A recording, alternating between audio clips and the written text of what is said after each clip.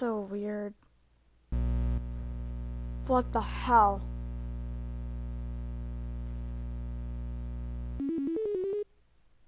What the fuck?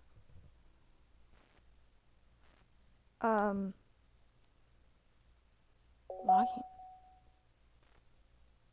Okay. Yeah, that makes sense.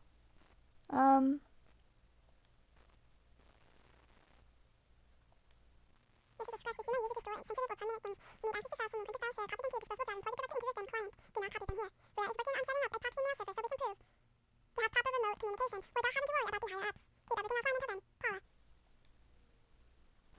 Odd. So this is important for something, but I don't know what. Okay. It's in the system section.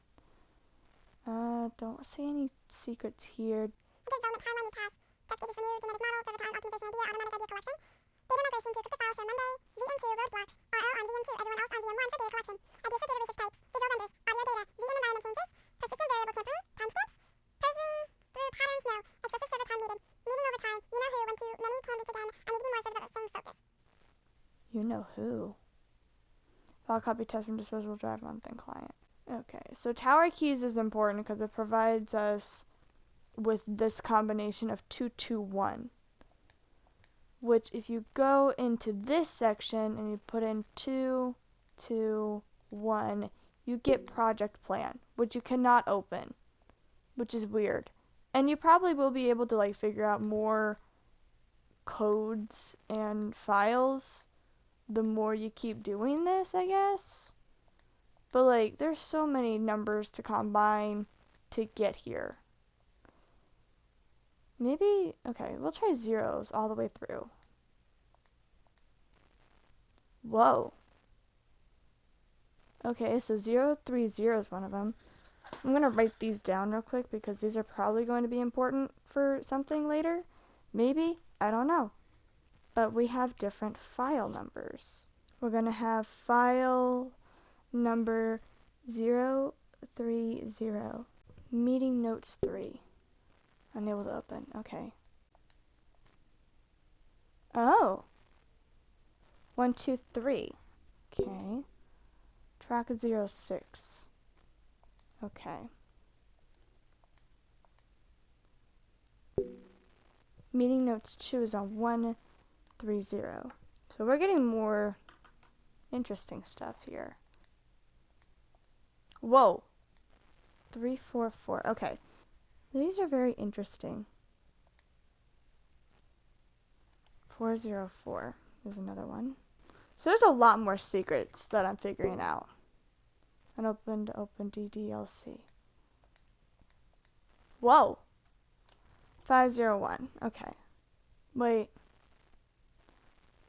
It stops at 4?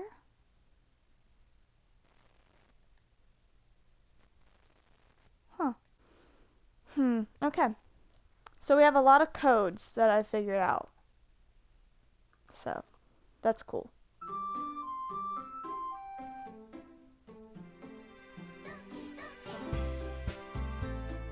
Hi!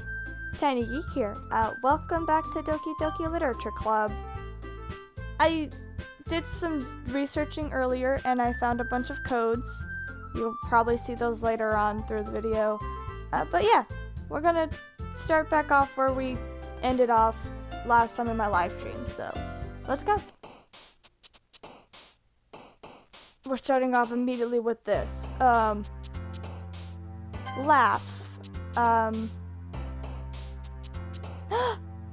Fireflies!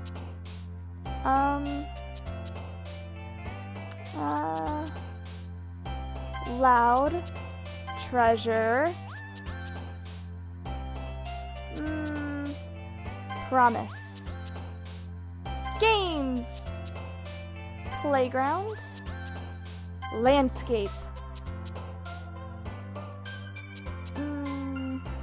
Color. Determination.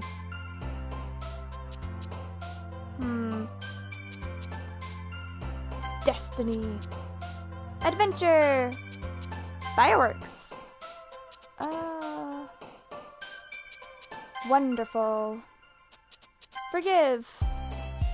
Electricity.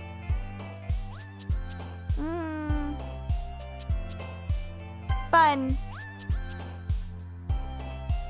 Bunny. Flower. Rainbow. I don't know what I did. I was just pushing a bunch of buttons. Alright. Another day passes, and it's time for the club meeting already. I've gotten a little more comfortable here over the past couple of days, and entering the club room, the usual scene greets me. Hi, Cheryl. Sayori! Hey, Sayori. Looks like you're in a good mood. I'm still not used to you being in the club at all. I see. It's pretty simple to get you in a good mood. But I guess it's always simple things with you. Speaking of which, I'm kind of hungry. Do you want to come with me to buy a snack? No, thank you. I'm good. Huh? It's not like you at all. I have my reasons, Sayori. Why don't we take a look at your purse? Why?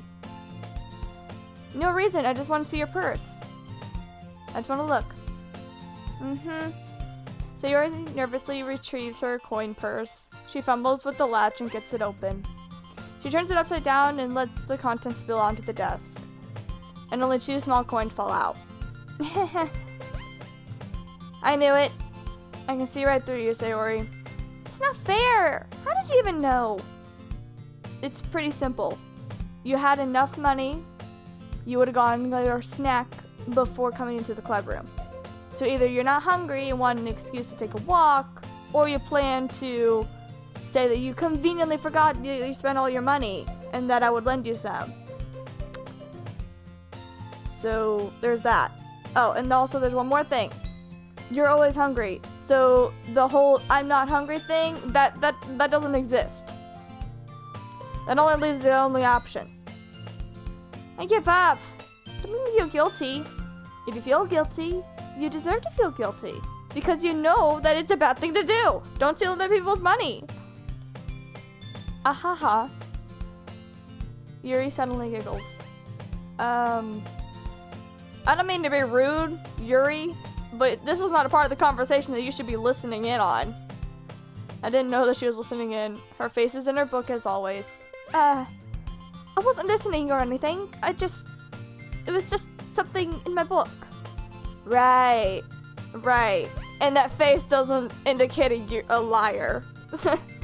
Yuri, tell Cheryl to let me borrow some money. Don't get me involved in that, Sayori. Yuri, I'm sorry. I'm gonna ruin your accent every time. Besides, you should only buy what you can responsibly afford. And frankly, after pulling a mischievous little stunt like that, your suffering is fair enough retribution. I didn't mean that.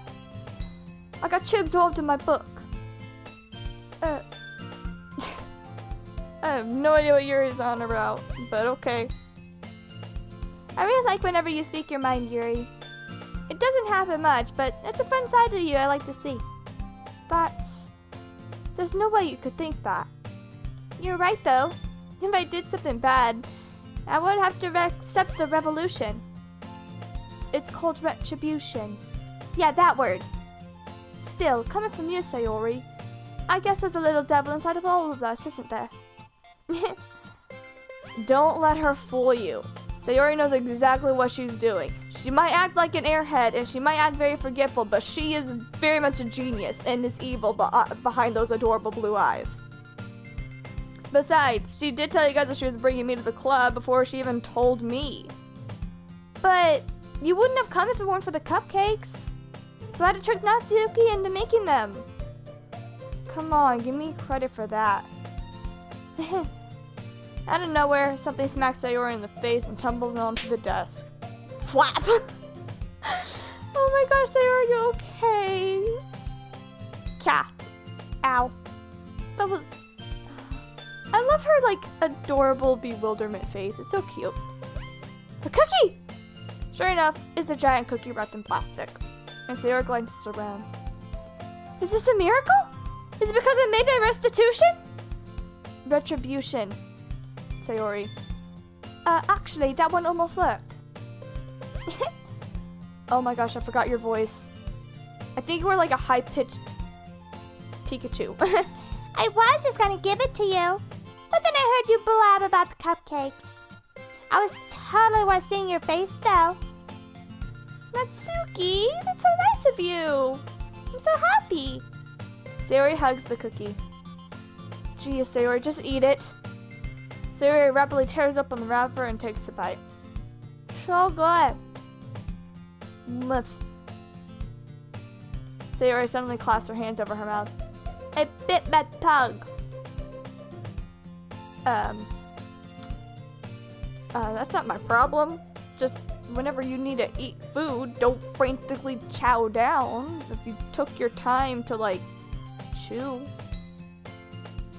Anyway, Natsuki, you were saying something? Right, you're only going to go over just one cookie. Natsuki takes a bite of her own cookie. Ooh, yours looks really good too, Natsuki. Can I try it? Jeez, beggars can't be choosers. But yours is chocolate. Yeah, why do you think I gave you that one? Fine. Still, I'm really happy that you shared this one with me. Sayori gets out of her seat and goes behind Natsuki, then wraps her arms around her. This is getting weird. Yuri, why are you just standing there watching this happen? This is getting weird. Should I be paying attention to this? Should I? Cookie still in hand, Natsuki reaches up to nudge Sayori off of her. Sayori suddenly leans down and takes a bite out of Natsuki's cookie.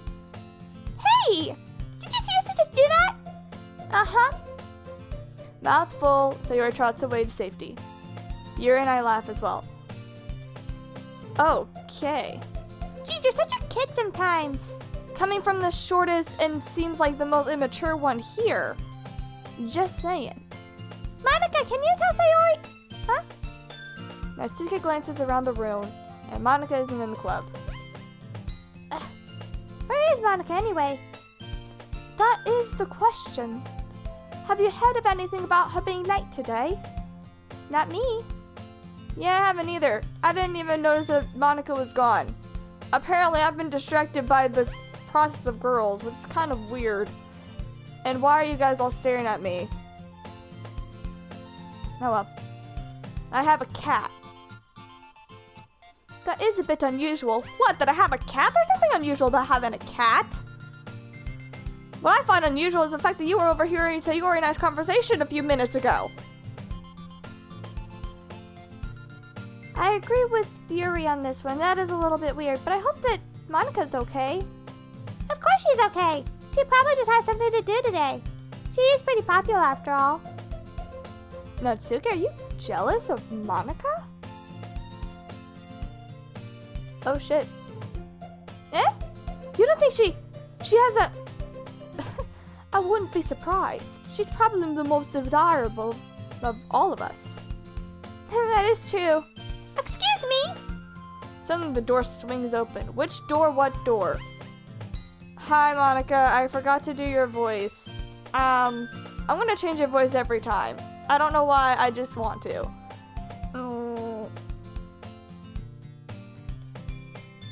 Sorry. I am super sorry. Ah, there you are. I didn't mean to be late.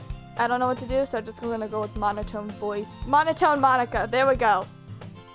I hope you guys weren't worried or anything. Huh? Monica chose the club over her boyfriend after all!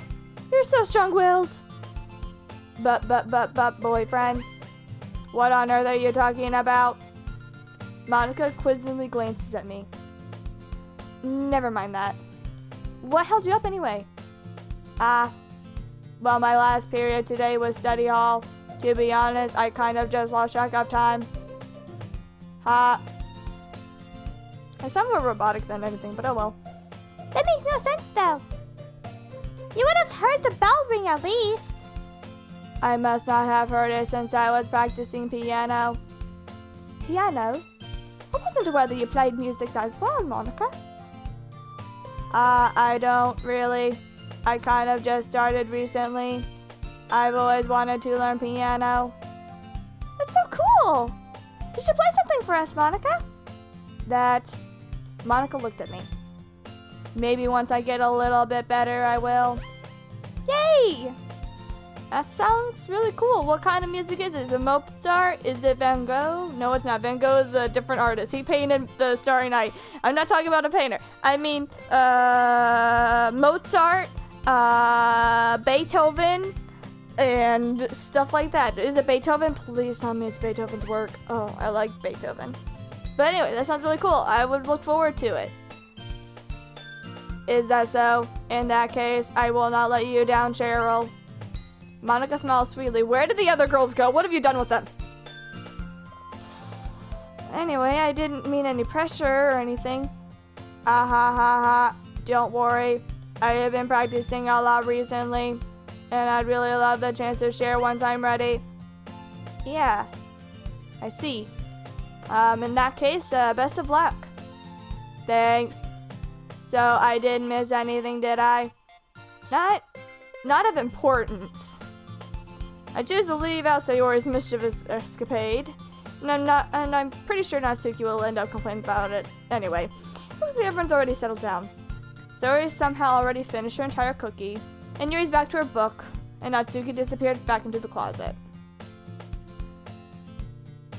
Cheryl! Sayori suddenly comes up to me. I'm gonna go get some supplies from the other classroom. Do you wanna come with me? Supplies? What for? Well, you know how the festival's coming up? Monica and I are gonna make some posters and stuff.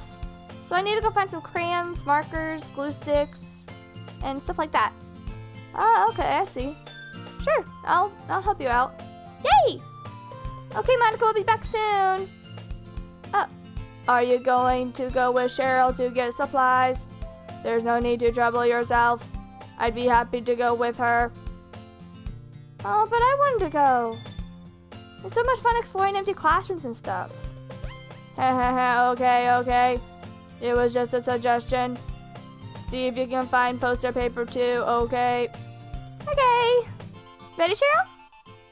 Yeah, I'm totally ready. Let's go, Sayori. Let's leave. Something's off about that Monica. Sayori and I enter the club room, and I follow behind as Sayori hums and skips around the hall.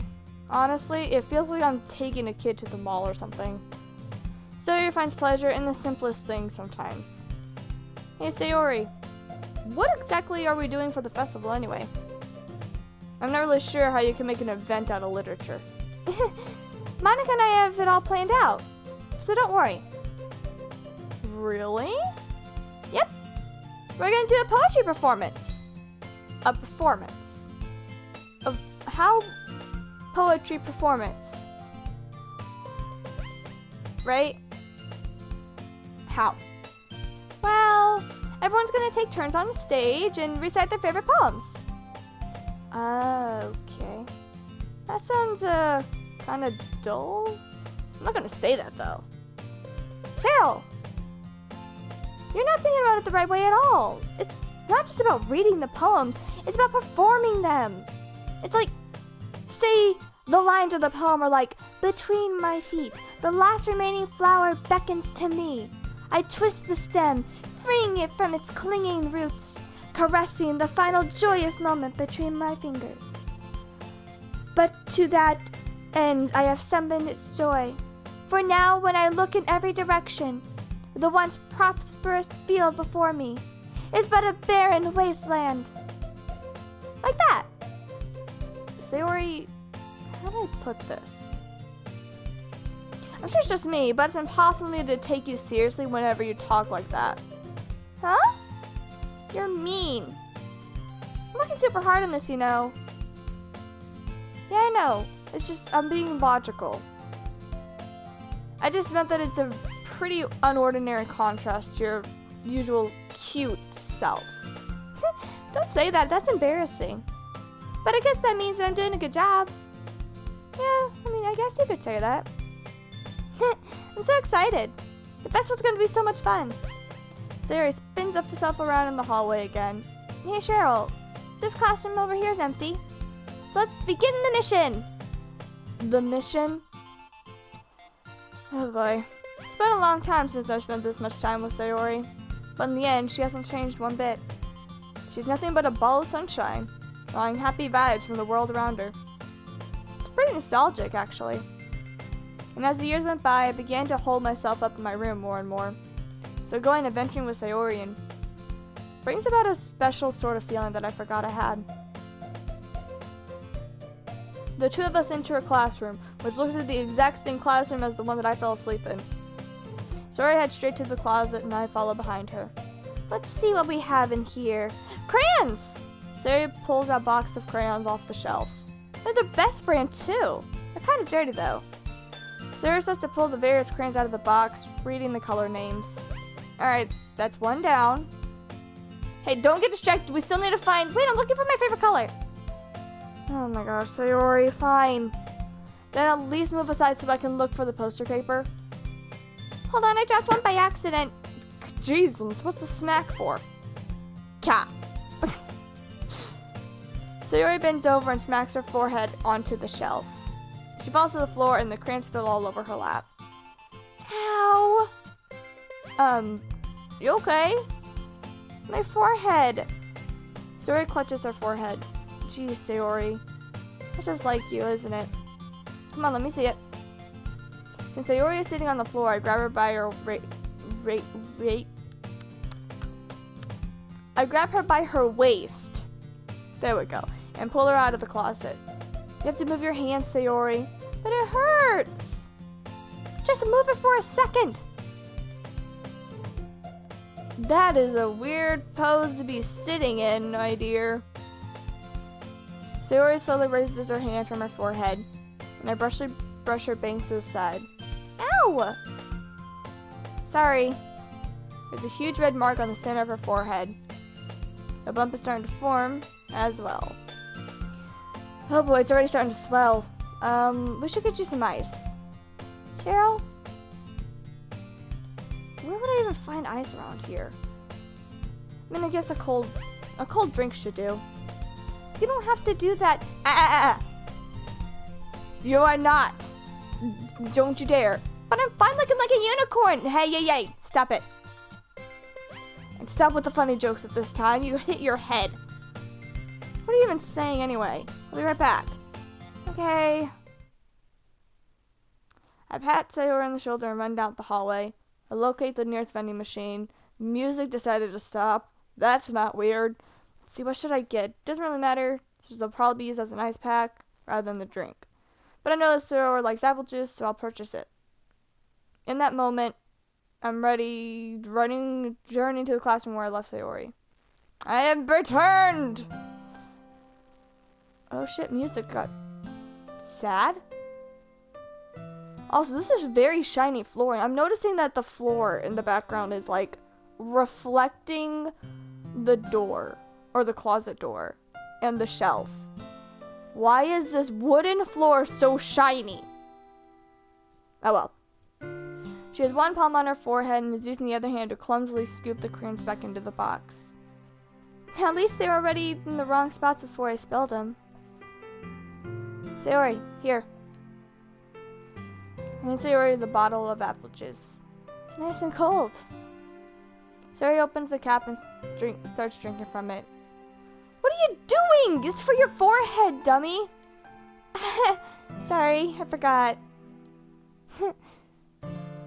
I honestly kind of was going to make that up, but apparently that was literally what she said. Alright, it's cool. Anyway, how hard did you hit your head? Sayori places the bottle against the bump on her head. It stings, you know. Just bear with it, it'll be over soon. Looks like you cleaned up most of the crayons. That's good. Hey, Cheryl. Does this kind of remind you of growing up? What do you mean by that? You know, how we used to play outside all the time. I would always try to keep up with you, and you're kind of the oblivious in some ways.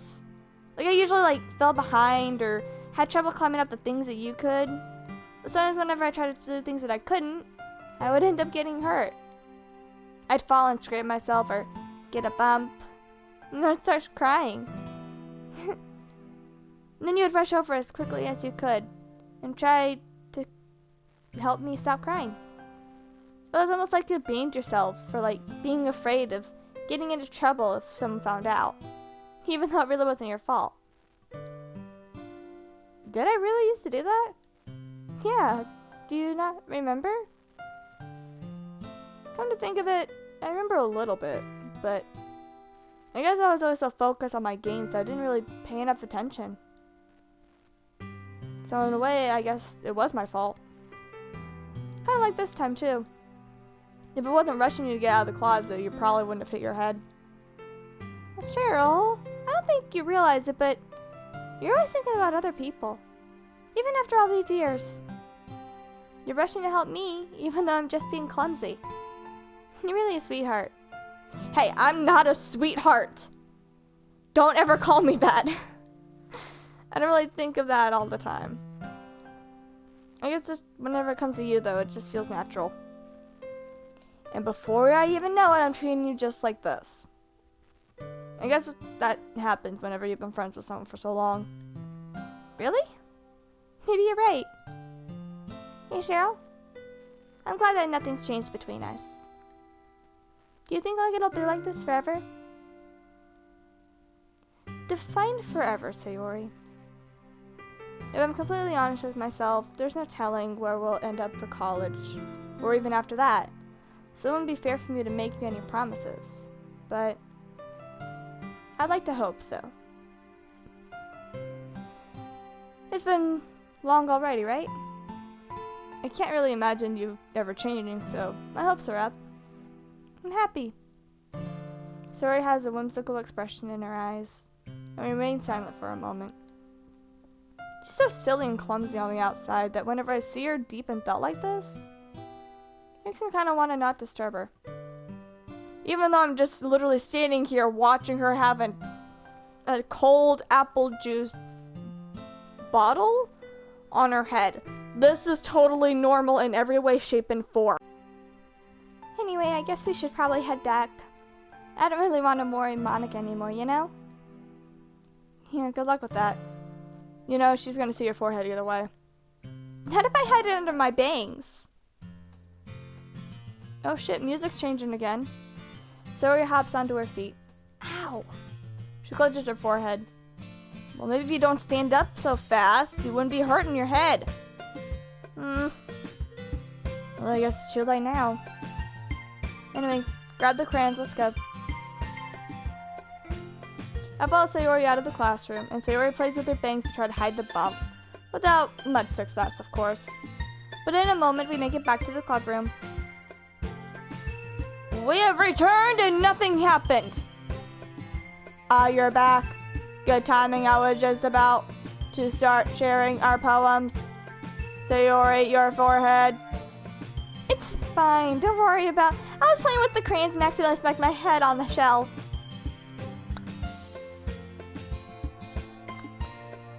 Well, anyway, were you able to find everything we needed? Uh-huh, I have it right. Sayori frantically glances around herself. I forgot all the stuff! Calm down, Sayori, I have it all right here. I found the poster paper as well. Sounds like you ended up doing all the work, Cheryl. Well, actually, Sayori... I failed to come up with an excuse for Sayori. Sayori found the crayons, though! But, like, Sayori helped me find the crayons. She found the crayons. And that. I made an adventure! Yep. Yeah. She totally did. Okay. In that case, good work. I'll start working on the posters tonight. I'll do it too!